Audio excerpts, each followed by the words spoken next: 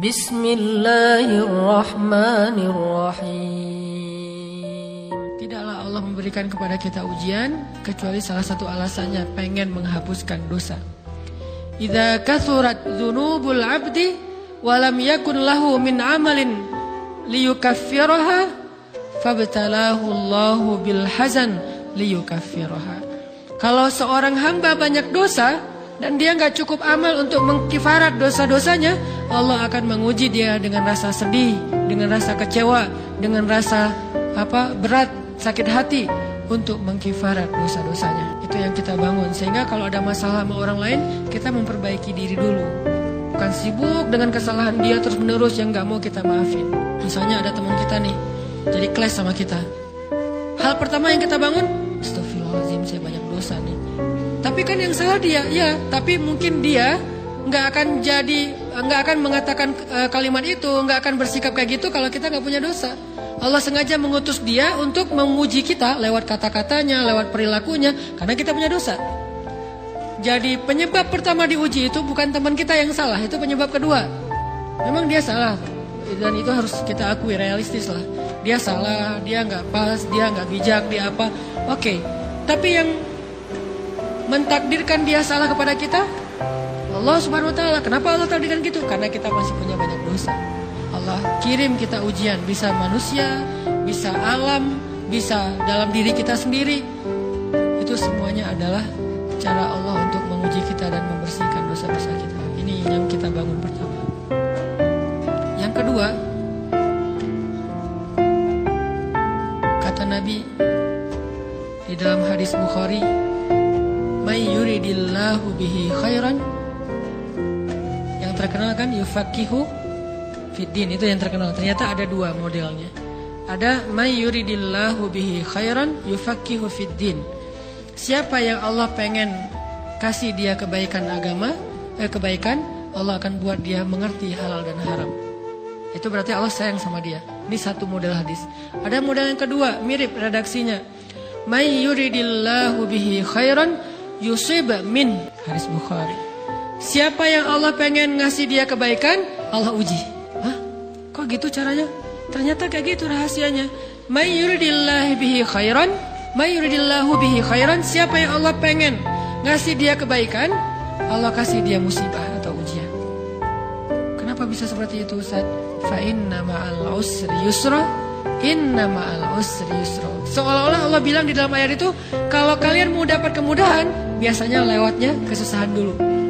Kalau kalian pengen dapat keberuntungan, biasanya dapatnya kerugian dulu. Tapi keberuntungan dan kerugiannya pasti gak sebanding. Keberuntungannya jauh lebih besar daripada kerugiannya. Kerugian itu kayak modal doang, DP.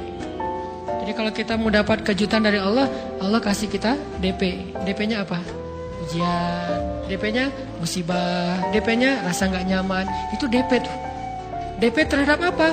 DP dari Allah terhadap hadiah-hadiah besar yang Allah pengen ngasih ke kita setelahnya.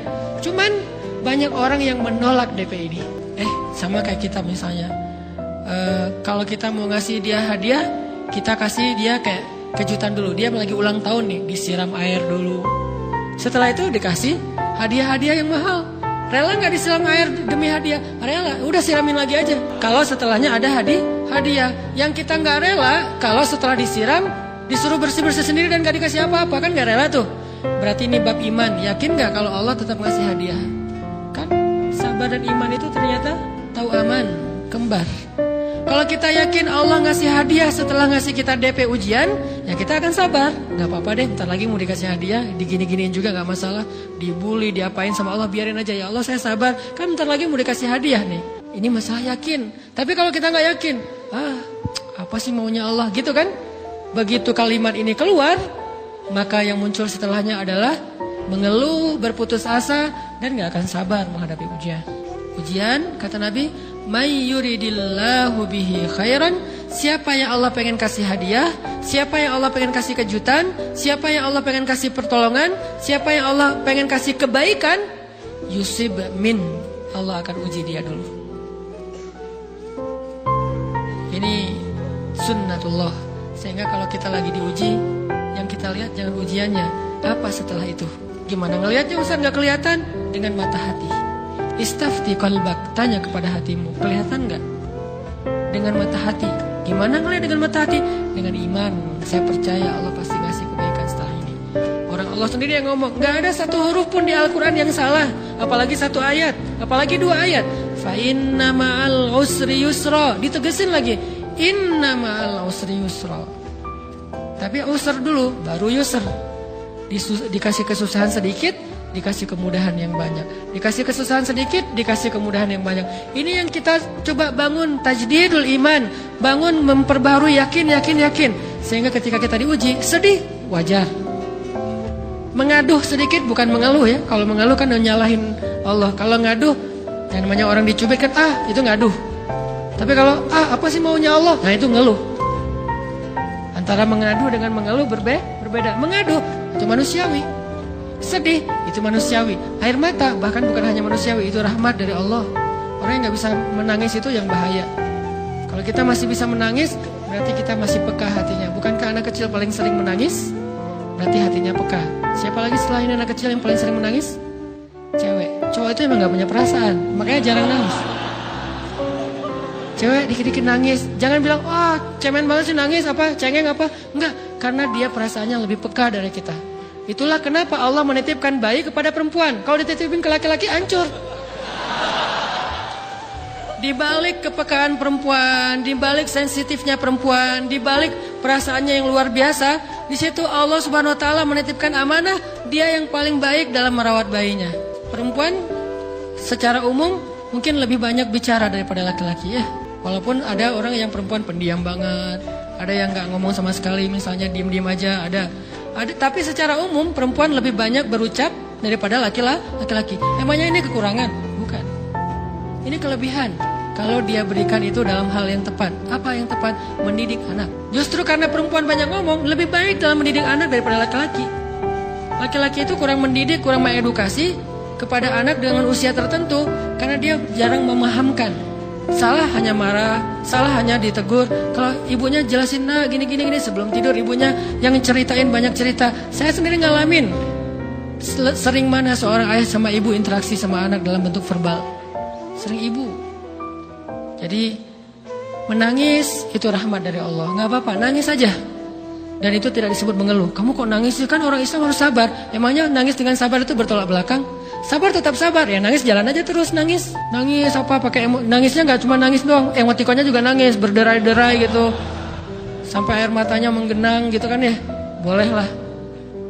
Ditambah lagi dengan visual menangisnya, posting bahwa dia lagi tertusuk duri dengan postingan kaktus atau apalah, dia pengen share ke semua orang bahwa saya sedang sedih. Sehingga nanti ketika ada orang yang menghibur dia dengan sedikit kata-kata yang sabar ya segala macam, makin berderai-derai. Itu belum jadi. Kecuali dia keluarkan kata-kata mengeluh, baru dia disebut orang yang banyak mengeluh, berputus asa. Kalau mengadu, wajar. Walaupun ada nabi udah diuji berat gak mau mengadu, apalagi ngeluh. Zakaria digergaji, mengadu aja enggak. Kenapa? Karena kata malaikat, kalau kamu mengadu sedikit aja, maka Allah Subhanahu wa taala akan menghancurkan kaum ini. Dia kasihan kepada kaumnya, enggak mau mengadu. Satu-satunya orang yang kita tidak boleh mengadu hanya orang tua. Atau itu mengeluh kalau untuk orang tua. Kalau yang lain enggak disebut mengeluh. Kalau ke teman, malas enggak apa-apa. Jangan sering-sering tapi. Apaan sih? Ke teman boleh. Tapi ke orang tua, saja. Itu bukan lagi mengadu, itu sudah mengeluh. Khusus untuk orang tua. Kalau diantara manusia. Kalau kepada Allah dan Rasul, pastinya lebih dari itu. Ketika kita diam saja, tidak langsung beranjak sami'na wa ata'na labbaik ya rabbi wa sa'daik, gak memenuhi panggilan Allah, itu sudah disebut bagian dari kufur ingkar. Tapi minimal kita mungkin masih mengaduh, kita masih menangis, kita masih lelah, kita masih merasa lemah. Setidaknya kita tidak mengeluh. Kenapa? Kita percaya Allah kalau mau ngasih hadiah kepada